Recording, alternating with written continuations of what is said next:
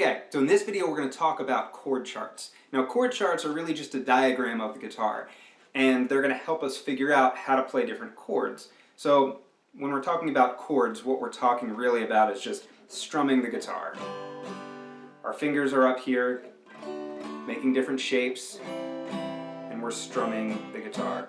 Chords are essentially a series of notes, which are just individual notes.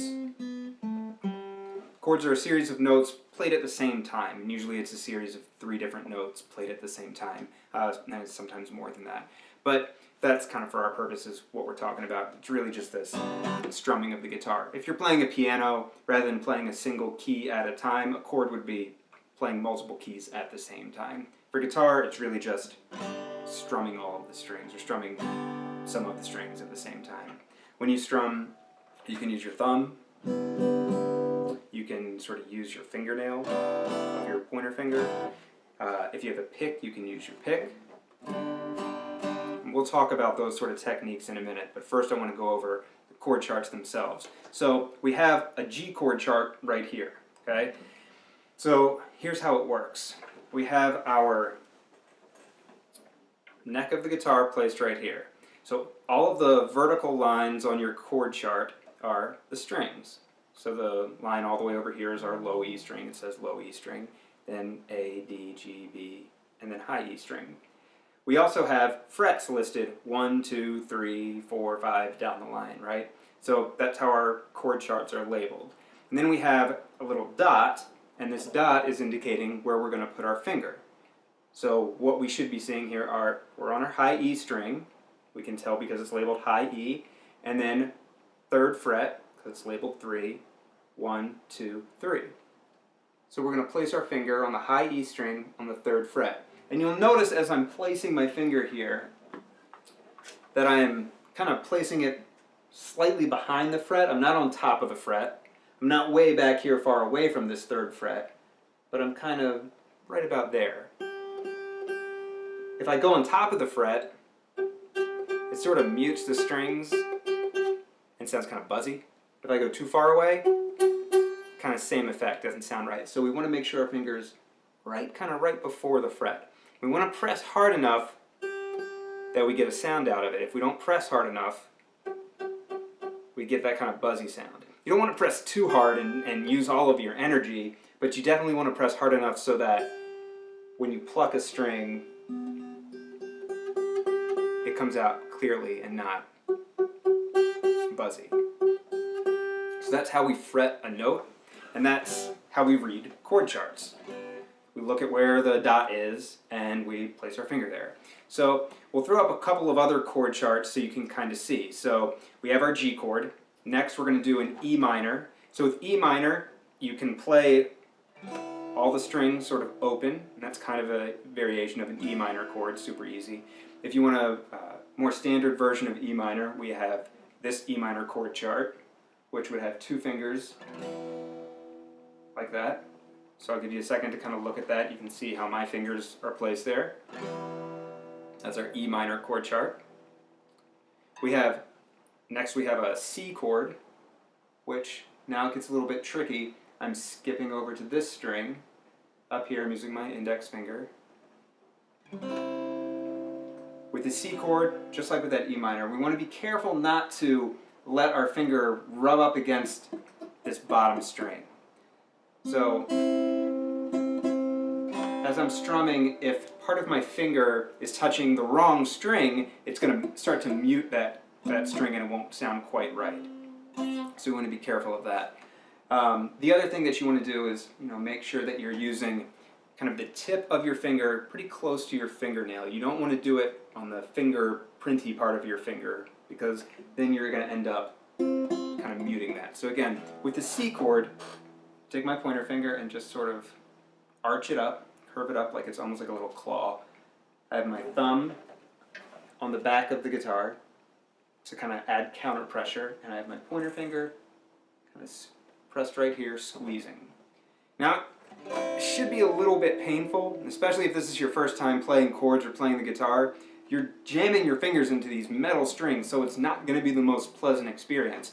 The good news is that sort of goes away after a lot of practice, and it could be a couple of weeks, it could be 1 week. It really depends on how much you get your fingers on these guitars. So as you start learning these chords and pressing down, your fingers will start to develop calluses and kind of toughen up, so the pain sort of goes away. But it's best to sort of like pick up the guitar, play for a little bit, or fret these chords for a little bit as your fingers start to get kind of tough. And if they start getting sore, take a break, take a rest, get back to it a little bit later. Don't try to punish your fingers by practicing for hours a day when you first pick up the guitar, because you're just going to run into pain and your fingers are going to get tired out. So take your time when you're doing it. Don't jump right into it. So again, there's our C chord. And something else that you'll notice here, some of these chords are labeled with actual numbers for our fingers.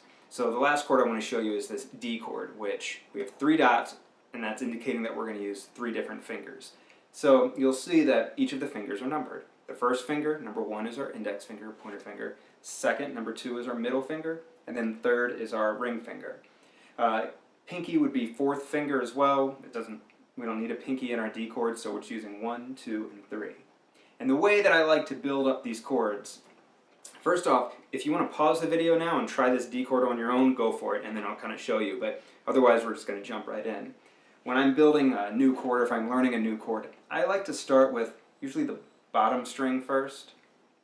And I'll see that, okay, so for this D chord, I need to start with my number 2. That's my middle finger on the 2nd fret.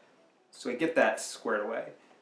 Then I'll work to the next string and see, okay, I need my 3rd finger, my ring finger, on the B string, so that gets squared away. And then last, on the 3rd string, that G string right there, I need my pointer finger, so I put that down there. And again, I'm squeezing pretty hard. I'm trying to use the tips of my fingers. You're going to want to start to flatten them out a little bit as your fingers get tired, which is normal, but you want to fight that and try to keep those fingers arched. Again, I have my thumb placed on the back of the guitar to counter pressure and make it so that I'm not just using my finger strength. A lot of people will grip the guitar like this and sort of have their thumb hanging out over here. I'm included in that group. That's not really a tradition or technically, classically correct way to do it, but you'll see a lot of musicians do that. I don't have a problem as long as it's not hurting your hand in any kind of way. But you could also just keep your thumb in the back like I showed you. And then we press down and we brush all the strings with our thumb. There's our D chord. Okay, so one of the ways that I like to kind of check to see if my chords are correct or sounding okay, one way is you can kind of brush those strings, strum those strings, listen to what I'm doing, make sure it sounds the same. But another way, just to make sure it's coming out clearly, you can pluck each string individually.